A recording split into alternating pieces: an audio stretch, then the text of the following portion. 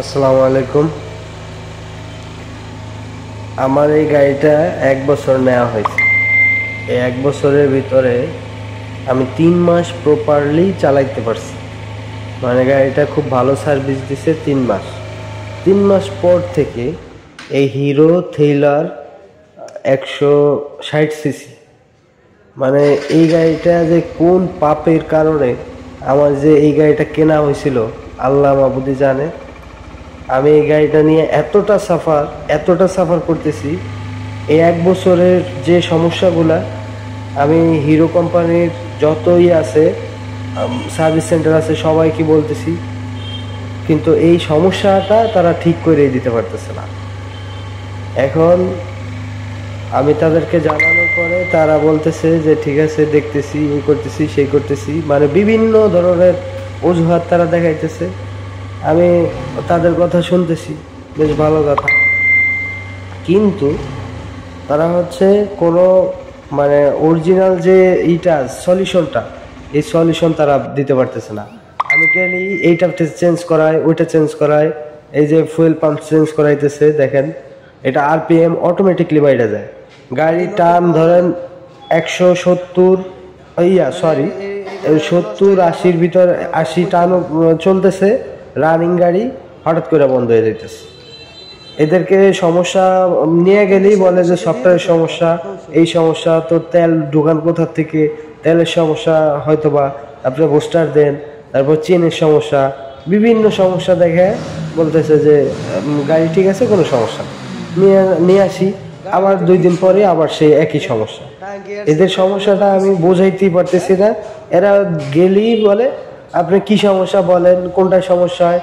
আরে আমার কথা হচ্ছিল ভাই, আমি যদি এটা বুঝতাম তাহলে তো এই গাড়িটা আমি নিজেই ঠিক করতাম, আমি তো সার্ভিস সেন্টারে নিয়ে যেতাম না।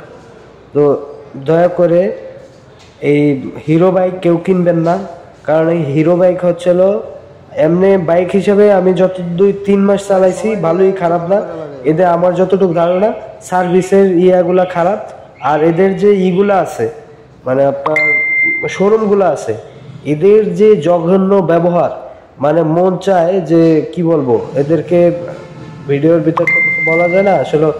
মানে মানুষের যত নিম্ন শ্রেণীর যে কাজগুলো আছে ওদের ওইগুলো করা উচিত। কারণ হচ্ছে ও টাকা দিয়ে বাইক কেনার পরে আমি যদি এত সাফার করতে হয়, তাহলে আমি এই বাইকটা কিনে আমার লাভ কি? আমি কিনছি প্রয়োজনে, এই বাইক তো কেউ শখে কেনে না।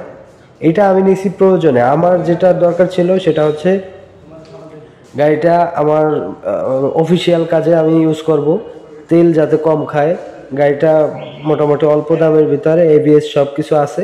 আসলে বিশেষ করে এই অল্পের চিন্তা করেই এই যে দেখেন এই বিষয়টা হচ্ছে, এই শোরুমের লোক আমার গাড়ি হচ্ছিল 70-80-তে টানছিল, এটা হচ্ছিল জাহাঙ্গীরনগর প্রান্তিক গেট, হঠাৎ করে গাড়ি বন্ধ হয়ে গেছে। পিছন থেকে আপনার ট্রাক ছিল, পিছন থেকে মাইরা দেয় নাই, এইটাই কপাল বা।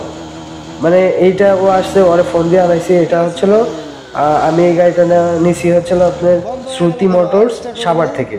আর এই শ্রুতি মোটরসের যে মালিক এই সুমন, এ হচ্ছিল একটা বাজে জঘন্য লোক। ও মোটামুটি এমনি ব্যবহার খারাপ করে না, কিন্তু হাইসা কথা কয়, কিন্তু এর ভিতর দুনিয়ার নোংরামি। এ মানুষকে বারবারই করে, ঘোরায় নিয়ে গেলি আর গেলেই তাকে টাকা দাও, গেলেই টাকা দাও, এটা ফ্রি সার্ভিস হোক আর যাই হোক, গেলেই টাকা দাও। এটা আমাকে বলছিল এই যে ফুয়েল পাম্প চেঞ্জ করার জন্যই করছে। আমি ফুয়েল পাম্প নিয়ে আসছিলাম, মানে করে ঝগড়া করে ফুয়েল পাম্প দিবে না আমারে। সে বলতেছে যে কিন্তু আপনি কিনে নিতে হবে। তারপরে আমি তার হেড অফিসে বলার পরে তারপরে আসছে, এই যে এখন আমাকে এই যে লাগাই দিতেছে, তারপরেও একই সমস্যা।